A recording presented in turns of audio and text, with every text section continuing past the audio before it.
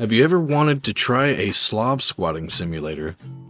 Have you ever thought to yourself that the Iron Curtain was pretty badass? Do you sometimes wonder if communism might work? Well, if that's the case, Vladik Brutal might be for you, you filthy fucking commie.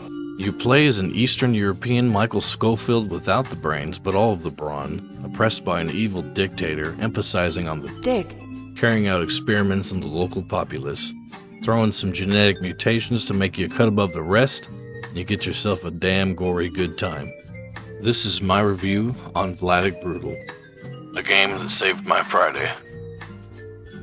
The time I spent playing this was on a 3070 paired with an i7 on high settings with DLSS turned up to performance.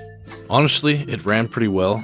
I didn't really have very much stuttering. I was rocking a solid 60 for most of my gameplay. There was some times where there was tons of explosions or a whole lot going on screen where it would dip occasionally, but for the most part it was a pretty smooth experience. I didn't have much to complain about. Thankfully, there is a metric ton of options in the settings. The story starts out as it does for any Eastern European, in a jail cell. From there, you're called upon to be the lackey of some scientists at an underground lab, and as any good story starts, all hell breaks loose. You wake up 12 hours later, and you're promptly kicked in the ass with a Half-Life 2, Killing Floor 2, Last of Us, Resident Evil menagerie of unfiltered, gut-busting, gore-splattering, vodka-drinking, beet-eating violence. And I wouldn't have it any other way. The combat in this game is beautiful. Everything feels weighted, the sound design caresses your ears, the gore is amazing. You'll very often be blowing creatures and military alike into tiny little pieces, smattering them on walls, roofs, floors. It's a whole fucking beast within itself. And the physics are just on point. Loving them. The weapon selection is pretty good. I believe you get about 12 of them. They all sound nice and weighty, feel really good to use. The only one I didn't really like was the crowbar, but you only ever use it to break open boxes, health pickups, break boards to get into different pathways, so not a huge knock towards it, but I sure as shit did not like using it. The pump shotgun. That scattergun is by far my favorite shotgun of gaming in recent memory. Turning humanoids into goo piles is a damn bass-filled dream. Loved it. That was my go-to. I didn't experience very many bugs in my playthrough. There was a few here and there, some weird clipping issues or an object being where it shouldn't, but I didn't see a whole lot of that, honestly. And during my whole playtime, I had about one hard crash. You'll start to see very similar textures and levels if you really pay attention, but I felt the flow of combat really made up for this. There is some light puzzle solving that's not really going to stump anyone over the age of 10. There is some platforming sections here and there that I wasn't too fond of, but that's just a lack of skill on my part. I do have to say, though, a few times in the story there is some difficulty spikes that whoop my ass.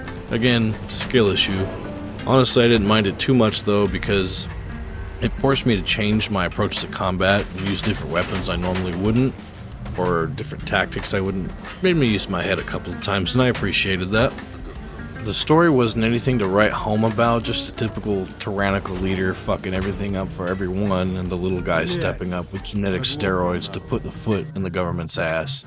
It was serviceable, but my attention was fixated on the downright ball-busting, head-exploding, limbs flying, decaying mutant stomping combat. Seriously though, I haven't been this pleasantly surprised in I don't know how fucking long. This came out of nowhere. I bought this on a whim for $11.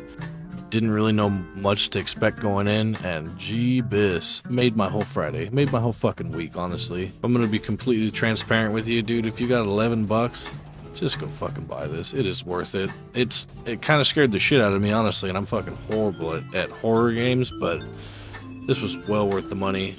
I am gonna continue to play this at least a couple times through. This is worth the money. I would say $11, sign me the fuck up. To continue to gush over this game, I'm impressed this was made by one guy. It's an amazing love letter to Half-Life and a damn good FPS. Seriously though, I haven't been this pleasantly surprised by an indie game since, I don't know, the first Trials game came out on Xbox 360. This turned a totally boring Friday into a blood-drenched action movie for me. It's fun as hell, it has an immense amount of atmosphere, and it's worth every fucking penny that it's sold for. If there's any takeaway from this, yes, this is worth getting. And if you made it this far, I thank you for sticking around to hear the opinions of a casual gamer. Have a good one, and I'll see you next go around.